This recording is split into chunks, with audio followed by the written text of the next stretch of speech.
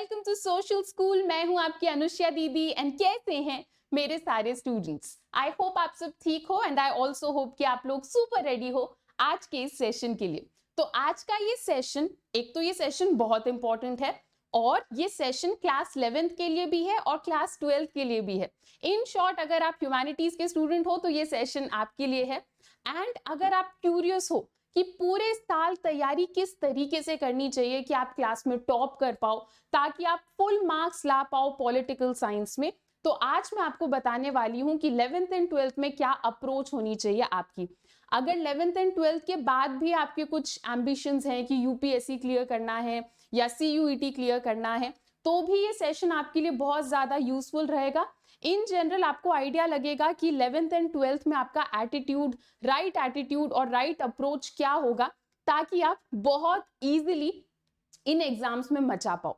Okay, चलो तो without any further delay हम लोग स्टार्ट करते हैं अपने आज के सेशन को। हम लोग कुछ पॉइंट्स डिस्कस करने वाले हैं जो कि आपके इस जर्नी में बहुत ज्यादा हेल्पफुल रहेंगे एंड जिसके थ्रू आप बहुत अमेजिंग स्कोर कर पाओगे। तो सबसे पहले चीज जो कि तुम लोगों को करनी है वो है फॉलो अ टाइम टेबल। ठीक है, आई एम वेरी श्योर कि अभी भी बहुत सारे स्टूडेंट्स होंगे जो चीजों को टाल रहे होंगे, है ना, कि अभी तो 11th के एग्जाम खत्म होके 12th में आए हैं, 2-3 महीने बाद तैयारी स्टार्ट करेंगे, या फिर अभी तो 10th के रिजल्ट्स आए हैं, अभी तो 11th की क्लासेस स्टार्ट हुई है, कुछ महीने बाद तैयारी करेंगे। तो ये थिंकिंग बिल्कुल गलत है। अगर आप क्लास 11th में हो तो मैं आपको पहले ही बता रही हूँ 11th का सिलेबस बहुत लेंदी है एंड 10th और 12th के कंपैरिजन में बहुत टफ भी है। और अगर आप क्लास 12th में हो तो मुझे बताने की जरूरत नहीं है, आपका बोर्ड एग्जाम का टाइम है, आपको बहुत जल्दी तैयारी करना स्टार्ट कर देना चाहिए। ठीक है, तो हमारे पास अभी चीजों को टालने का टाइम नहीं बचा है, इसीलिए मैं आपसे कह रही हूं कि एक टाइम टेबल बनाओ। ठीक है, एक टाइम टेबल बनाओ और एक रीजनेबल सा टाइम टेबल बनाओ। ऐसा नहीं करना कि दिन में 10 घंटे पढ़ाई करने के लिए आप टाइम टेबल बना रहे हो।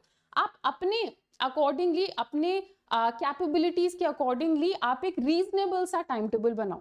ठीक है, जैसे कुछ बच्चे करते हैं कि सुबह टाइम टेबल बना रहे होते हैं तो जोश जोश में सुबह 4 बजे उठने का टाइम टेबल बना देते हैं। You know your self better, आपको अपने बारे में ज्यादा अच्छे से पता होगा। अगर आपको लगता है कि हाँ 4 बजे 5 बजे उठना आप कर सकते हो तो कोई दिक्कत नहीं है, टाइम टेबल में डाल दो। अगर आपको लगता है कि नहीं मैं तो मॉर्निंग पर्सन हूं ही नहीं, तो जबरदस्ती 4 बजे 5 बजे वाला टाइम टेबल बनाने की जरूरत नहीं है। एक रीजनेबल टाइम टेबल बनाओ और उसे फॉलो करो, दिल से फॉलो करो, तभी आपको रिजल्ट दिखेगा। ठीक है, टॉपर या फिर मतलब सक्सेस ये सब ओवरनाइट नहीं मिलता है, आपको रोज थोड़ी मेहनत करनी होती है, तब जाके हमें रिजल्ट दिखता है उस चीज का। एंड इस चीज के लिए बहुत इंपॉर्टेंट है कि हम टाइम टेबल बनाएं और हम कंसिस्टेंटली इसे फॉलो करें। कभी कभी क्या होता है, मान लो हमने टाइम टेबल बनाया, सोचा कि हम लोग मंडे से टाइम टेबल को फॉलो करेंगे, है ना, मंडे ट्यूसडे वेंसडे तुमने बहुत दिल से पढ़ाई करी क्योंकि नया नया जोश चढ़ा था टाइम टेबल का। उसके बाद थर्सडे फ्राइडे तुमने गैप ले लिया और सोचा कि चलो कोई बात नहीं, सैटरडे संडे तो छुट्टी है, मैं इन गैप को कवर कर लूंगा। ठीक है, तो अगर तुम ऐसे बार बार सोचते रहोगे, बीच बीच में गैप लेते रहोगे, तो काम नहीं बनेगा। तुम्हें रोज सेम तरीके से, रोज कंसिस्टेंट तरीके से मेहनत करनी है, तभी तुम्हें उसका रिजल्ट दिखेगा। ठीक है, तो अगर अब तक तुमने दिमाग में कोई टाइम टेबल नहीं बनाया है या कोई टाइम टेबल लिखा नहीं है तो बना लो, इट इज हाई टाइम। इसके अलावा तुम एक रियलिटी चेक भी कर सकते हो। रात को सोने से पहले ना, मतलब एक लिस्ट बना लिया करो कि आज मुझे ये चीजें करनी है। सुबह उठते ही ये लिस्ट बनाओ कि आज मुझे ये सारी चीजें करनी है। रात को सोने से पहले इस लिस्ट को फिर से देखो कि इनमें से मैंने क्या क्या चीजें करी हैं। जो जो चीजें कर ली उनके साइड में टिक डालो, जो चीजें नहीं करी उसके साइड में क्रॉस डालो। तो तुम्हें खुद आइडिया लगेगा कि यार मैं प्लान तो बहुत कुछ कर लेती हूँ पर at the end of the day वो सारी चीजें हो नहीं रही हैं। तो जब एक रियलिटी चेक मिलेगा ना, तो तुम और अच्छे से पढ़ाई करोगे और अच्छे से अपने टारगेट्स के ऊपर, गोल्स के ऊपर फोकस करोगे। तो पॉइंट 1 तो ये था कि टाइम टेबल बना लो। ठीक है, नेक्स्ट और क्या करना चाहिए तुम्हें, प्रैक्टिस आंसर राइटिंग। ह्यूमैनिटीज में सबसे बड़ी गलती जो कि बच्चे करते हैं वो ये है, क्योंकि थियोरेटिकल सब्जेक्ट्स होते हैं ज्यादातर हमारे, तो बच्चे क्या करते हैं, एनसीईआरटी को रीड कर लेते हैं या जो नोट्स बनाए होते हैं नोट्स को रीड कर लेते हैं ऊपर ऊपर से, है ना, और फिर अगले दिन एग्जाम देने के लिए चले जाते हैं। याद रखना, हमें एग्जाम में आंसर लिख कर आना होता है, ठीक है, तो अगर तुम सिर्फ एनसीईआरटी रीड करके जा रहे हो, सिर्फ आंसर्स रीड करके जा रहे हो, तो बात नहीं बनेगी। At the end of the day exam में तुम्हें लिख कर आना है, तो ये आंसर राइटिंग तुम्हें डेली प्रैक्टिस करनी है, तभी तुम्हारा वो टॉपर लेवल वाला आंसर तुम लिख पाओगे अपने बोर्ड एग्जाम में या फिर 11th के फाइनल एग्जाम में। कोशिश करो कि रोज तुम एक लॉन्ग आंसर का कोई क्वेश्चन उठाओ और रोज तुम उसे अपने वर्ड्स में लिखने की कोशिश करो, एंड फिर सेल्फ एनालाइज करो कि मैंने क्या गलत करा है, मैं इस आंसर को और बेटर कैसे कर सकता हूं या कर सकती हूं। तो answer writing is a must, and इसके अलावा अगर तुम रोज आंसर राइटिंग करोगे, आई फील लाइक तुम्हारी हैंड राइटिंग भी थोड़ी थोड़ी साफ हो जाएगी, थोड़ी बेटर हो जाएगी, तुम्हें आइडिया लगेगा कि बोर्ड एग्जाम में या फाइनल एग्जाम में किस तरीके से आंसर लिखकर आना है। ठीक है, तो आंसर राइटिंग तुम्हें प्रैक्टिस करना है, एंड चैप्टर के साथ साथ तुम्हें नोट्स भी बनाने हैं। ठीक है, मैं बार बार बता रही हूँ, हमारे चैप्टर्स बहुत लेंदी होते हैं। अगर तुम एग्जाम के एक दिन पहले सोचोगे कि चलो एनसीईआरटी पढ़ के सब खत्म कर देते हैं, तो नहीं होगा। इतने सारे चैप्टर्स, इतने लेंदी चैप्टर्स, तो तुम लोग नोट्स बनाने की आदत भी डालो। अगर नोट्स बनाने में तुम्हें दिक्कत आ रही है तो इसी चैनल में वीडियोस वाले सेक्शन में जाना, वहां पर मैंने एक वीडियो डाल रखी है हाउ टू मेक नोट्स, वो देख लेना, तुम्हें आइडिया लग जाएगा कि ह्यूमैनिटीज के स्टूडेंट्स को नोट्स कैसे बनाने होते हैं। ठीक है, तो टाइम टेबल वाला पॉइंट हो गया, और ये एक और पॉइंट कि तुम्हें आंसर राइटिंग को प्रैक्टिस करना है। ठीक है, थर्ड पॉइंट पॉलिटिकल साइंस के लिए follow NCERT. 11th and 12th में अक्सर क्या होता है, बहुत सारे लोग आपको अलग अलग एडवाइस देते हैं, है ना। आपके घर में हो सकता है कोई बड़ी बहन या कोई बड़ा भाई हो, या आपके स्कूल में कोई सीनियर हो, या आपके ट्यूशन में कोई हो जो आपको बोल रहा हो कि मैंने तो इस बुक से तैयारी करी थी 12th बोर्ड्स में और बहुत अच्छे नंबर आ गए थे, है ना। तो मैं आपको वेरी फ्रैंकली बता रही हूँ कि पॉलिटिकल साइंस में आपको एनसीईआरटी के अलावा कोई और बुक उठाने की जरूरत नहीं है। जो कुछ भी है सब कुछ आपके एनसीईआरटी में वेरी क्लियरली मेंशन्ड है। और फॉलो एनसीईआरटी इस लाइन का ये मतलब है कि जब मैं तुमसे कहती हूँ कि एनसीईआरटी इज इनफ, तो इसका ये मतलब है कि तुम्हें एनसीईआरटी की हर एक लाइन को पढ़ लेना है। एनसीईआरटी का कोई भी बॉक्स, कोई भी क्वेश्चन, कोई भी लाइन तुम्हें स्किप नहीं करना है। NCERT is that important. NCERT के अलावा कोई और बुक तुम्हें उठाने की जरूरत ही नहीं है। ठीक है, चाहे तुम क्लास 11th में हो, चाहे तुम क्लास 12th में हो, एनसीईआरटी इज योर एवरीथिंग। ठीक है, बाकी अगर तुम्हें एनसीईआरटी समझ ही नहीं आ रहा है ना, तुम्हें लग रहा है कि थोड़ा और एक्स्ट्रा कुछ जानना है, तो वो सारी चीजें तो मैं तुम्हें क्लास में बता ही देती हूँ। अगर कोई एक्स्ट्रा फैक्ट होता है या एनसीईआरटी की लाइन समझ नहीं आती है तो वो भी मैं तुम्हें समझा देती हूँ, है ना। पर कोई और बुक तुम्हें उठाने की जरूरत नहीं है। NCERT is more than enough. और क्या करते हैं हमारे टॉपर्स, ठीक है, जो भी लोग 11th एंड 12th में टॉप करते हैं, वो लोग और क्या करते हैं, वो प्रीवियस ईयर क्वेश्चंस और सैंपल पेपर्स को बहुत दिल से सॉल्व करते हैं, बहुत सिंसियरली सॉल्व करते हैं। ठीक है, तो प्रीवियस ईयर क्वेश्चन तुम्हें हर चैप्टर का करना है, एंड बोर्ड्स से जो हमें सैंपल पेपर मिलते हैं वो सैंपल पेपर भी हमें सॉल्व करना है। ठीक है, तो प्रीवियस ईयर क्वेश्चन और sample paper, these are must. Sample paper के साथ तो देखो ये है, अगर सीबीएसई के बोर्ड वाले हमें खुद बता रहे हैं, एक सैंपल दे रहे हैं कि इस टाइप का पेपर तुम्हारा आ सकता है, तो उस पेपर को छोड़ के जाने का कोई मतलब नहीं बनता ना। Obviously we should solve those paper. तो सैंपल पेपर तो हमें करना है। प्रीवियस ईयर क्वेश्चन के साथ ये है, देखो प्रीवियस ईयर क्वेश्चन और सैंपल पेपर दोनों के साथ ये है, ऐसा भी होता है कि सेम क्वेश्चन जो पहले कभी पूछा था वो एज इट इज रिपीट होकर इस साल आ सकता है। ठीक है, तो प्रीवियस ईयर क्वेश्चन इसलिए भी इंपॉर्टेंट है। इसके अलावा मैं तुम्हें एक और चीज बताती हूँ, हर साल लगभग सिलेबस तो सेम ही रहता है ना। अब इस लिमिटेड सिलेबस में लिमिटेड ही क्वेश्चंस बनेंगे, है ना। अगर सिलेबस उतना है तो उस सिलेबस में से क्वेश्चंस भी तो लिमिटेड ही बनेंगे। तो जिस भी टाइप के क्वेश्चन आ सकते हैं वो सारे टाइप के क्वेश्चन तुम्हें प्रीवियस ईयर क्वेश्चन और सैंपल पेपर में मिल जाएंगे। स्किप नहीं करना है, ठीक है, ये सबसे इंपॉर्टेंट स्टेप है जिससे तुम्हारे मार्क्स सडनली बूस्ट हो जाएंगे। ठीक है, तो ये भी करना इंपॉर्टेंट है।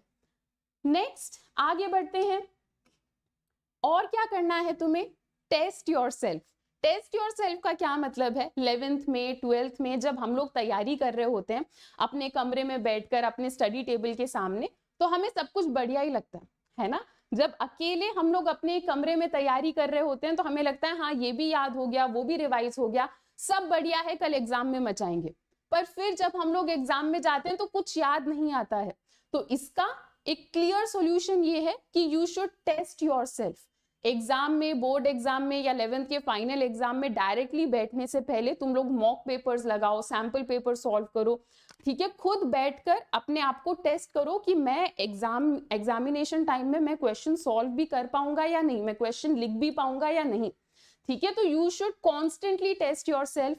आप इसे अपने घर पे भी कर सकते हो, जैसे आपने कुछ क्वेश्चंस प्रैक्टिस करें एंड फिर आपके घर में मम्मी पापा भाई बहन को आप अपने नोट्स पकड़ा दो और बोलो कि ये पूरा चैप्टर मैंने कर लिया है, इस चैप्टर में से कुछ भी पूछ लो मेरे से, मेरा आंसर राइट होना चाहिए, ठीक है। और फिर जब तुम गलत जवाब दोगे तो जब मम्मी पापा भाई बहन सब मिलके तुम्हें ताने मारेंगे ना, तो उन तानों के वजह से भी तुम खुद और अच्छे से पढ़ाई करने लग जाओगे। तो अपने आप को कॉन्स्टेंटली टेस्ट करते रहो, this is very important. Next क्या है, रिवाइज एंड रिकॉल। मैं तुम लोगों से बोलती रहती हूँ कि मैं मानती हूँ नए चैप्टर्स, नए कॉन्सेप्ट्स पढ़ने में ज्यादा मजा आता है ना, पर उससे भी ज्यादा इंपॉर्टेंट ये है कि जो हमने ऑलरेडी पढ़ लिया है, जो हमने ऑलरेडी समझ लिया है, हम उसे रिवाइज करें।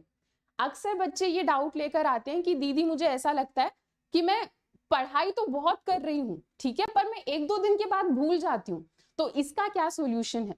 देखो, तो ये इट इज वेरी नॉर्मल, अगर तुम कुछ पढ़ोगे और 1 हफ्ते तक उसे रिवाइज नहीं करोगे तो तुम पक्का उसे भूल ही जाओगे, ठीक है। तो तुम्हें अपने टाइम टेबल में एक सेपरेट टाइम निकालना है कि इस दिन 1 घंटा मैंने जो कुछ भी पढ़ लिया है मैं उसके ऊपर नजर डालूंगी और मैं रिवाइज करूंगी, ठीक है। रिविजन सबसे ज्यादा इंपॉर्टेंट है।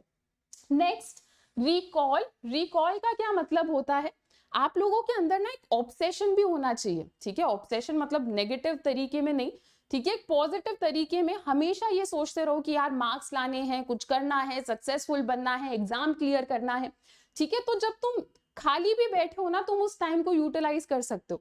मान लो तुम चलते हुए ट्यूशन तक जा रहे हो या ऑटो में कहीं जा रहे हो, तो खुद दिमाग में सोचो कि कल यार मैंने एक वो क्वेश्चन पढ़ा था ना और उसके आंसर को भी याद करा था, मैं एक बार फिर से दिमाग में सोचती हूँ कि कौन से 5 पॉइंट्स मैंने याद करे थे। तो आप खुद अपने दिमाग में रिकॉल करो कि हाँ ये पॉइंट्स मैंने याद करे थे। कभी कभी क्या होगा, कुछ कुछ पॉइंट्स आपको याद नहीं आएंगे, तो आपको समझ आएगा कि अच्छा रिवाइज करने का टाइम आ गया है, ठीक है, मैं रिकॉल नहीं कर पा रही हूँ, मैं याद नहीं कर पा रही हूँ। तो ऐसे आप अपने टाइम को भी यूटिलाइज कर सकते हो, रिकॉल करो चीजों को व्हेनेवर इट इज पॉसिबल। और सबसे important point, stay motivated. Stay motivated का क्या मतलब है, 11th एंड 12th में ना ड्रास्टिक चेंज आता है, ठीक है। 12th में तो देखो इट इज ऑब्वियस, बहुत प्रेशर होता है हमारे ऊपर कि बोर्ड एग्जाम का टाइम है, बोर्ड्स में मचाना है। एंड 11th में ड्रास्टिक चेंज क्यों आता है, क्योंकि 11th में आते ही सारी चीजें अचानक से हिट करती हैं, ठीक है। तुम्हारा जो डिफिकल्टी लेवल है अचानक से बढ़ जाता है। वेरी फ्रैंकली स्पीकिंग 11th का सिलेबस 12th के सिलेबस से भी टफ है, ठीक है। तो 11th एंड 12th में आते ही अचानक से एक ड्रास्टिक चेंज आता है, सोसाइटी का एक प्रेशर होता है, घर पे भी मतलब थोड़ी, तुमने खुद भी नोटिस करा होगा, लड़ाई झगड़े थोड़े बढ़ जाते हैं 11th-12th में आते ही। स्कूल में कभी कभी लगता है कि सिलेबस में पीछे चल रहे हैं, समझ नहीं आ रहा है कुछ। तो 11th एंड 12th बहुत ही कॉम्प्लिकेटेड सा टाइम होता है, पर इस टाइम के अंदर you have to stay motivated, ठीक है। अपने आप को मतलब पॉजिटिव रखो, अपने आप को याद दिलाओ कि इट इज वेरी इंपॉर्टेंट कि तुम पढ़ाई करो, you have to stay motivated, ठीक है। तो अभी मैंने तुम्हें बहुत सारी चीजें बता दी है कि ये करो वो मत करो, है ना। बहुत सारा मैंने ज्ञान दे दिया है कि 11th एंड 12th में ये करना चाहिए। आई एम वेरी श्योर तुमको लग रहा होगा कि दीदी के लिए तो ये बोलना आसान है, ठीक है, हम करने बैठेंगे तब हमें पता लगेगा दिस इज सो टफ। तो इन सारी चीजों का एक सॉल्यूशन भी है मेरे पास। तुम लोग बहुत दिनों से कह रहे थे कि ताकि हम ह्यूमैनिटीज में ये सारी चीजें कर पाए, डेडिकेटेड तरीके से हम लोग एकदम प्रॉपर ह्यूमैनिटीज की तैयारी कर पाए, हमें ह्यूमैनिटीज का एक बैच चाहिए। तो अब फाइनली वो बैच आ गया है, क्लास 11th के लिए भी और क्लास 12th के लिए भी। ये ह्यूमैनिटीज के बच्चों के सारे प्रॉब्लम्स का सॉल्यूशन है। जो भी तुम्हारे दिमाग में दिक्कत चल रही है ना कि ह्यूमैनिटीज में चैप्टर समझ नहीं आते, चैप्टर लेंदी लगता है, टीचर से डाउट पूछ नहीं पाते, नोट्स बना नहीं पाते, कहीं से नोट्स चाहिए, तो उन सारे प्रॉब्लम्स का सॉल्यूशन है ये बैच। क्लास 11th का हमारा जो बैच है उसका नाम है Inception batch, and class 12th का भी बैच है तुम्हारा जिसका नाम है विक्ट्री बैच। एंड ये बैच हमारे जून 1 से स्टार्ट हो रहे हैं।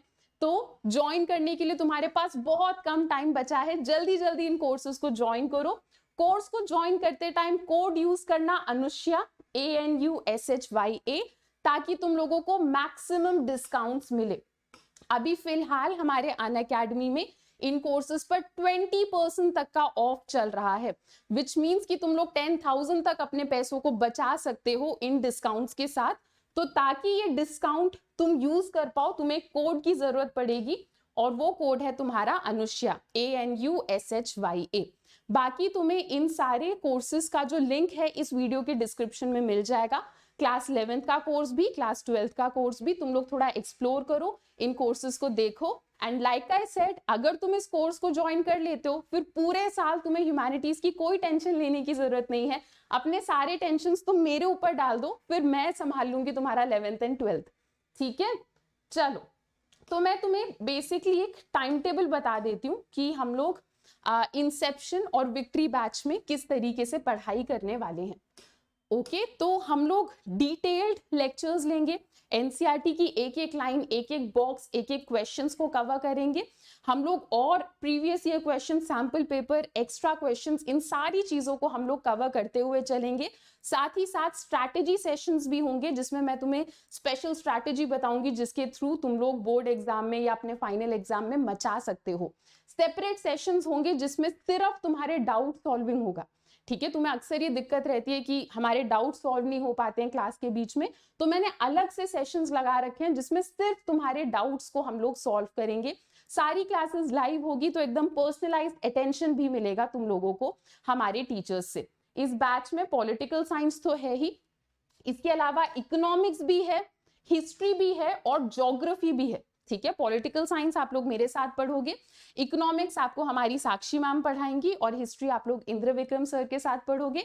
ज्योग्राफी अभी यूट्यूब पर नहीं आया है, तो तुम लोग अक्सर कंप्लेन करते रहते हो कि ज्योग्राफी तो मिल ही नहीं रहा है हमें, तो ज्योग्राफी तुम्हें इस बैच में मिलेगा। ठीक है, तो सारे ह्यूमैनिटीज के सब्जेक्ट्स हम लोग तुम्हें इस बैच में दे रहे हैं। अब हम लोग पॉलिटिकल साइंस का टाइम टेबल देख लेते हैं। ठीक है, तो ट्यूसडे, थर्सडे और सैटरडे तुम लोगों की क्लासेस होंगी, और ये क्लास 12th और क्लास 11th का टाइम टेबल है। क्लास 12th का लेक्चर कब होगा पॉलिटिकल साइंस का? ट्यूसडे, थर्सडे और सैटरडे। किस टाइम पर? 3:30 to 4:30 PM।